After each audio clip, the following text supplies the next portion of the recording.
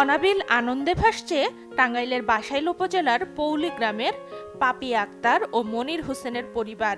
তাদের ঘর আলো করে আজ জন্ম নিল এক কন্যা সন্তান।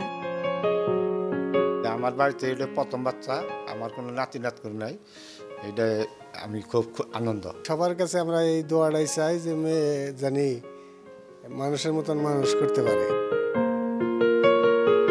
নবজাতক ও তার পরিবারকে শুভকামনা।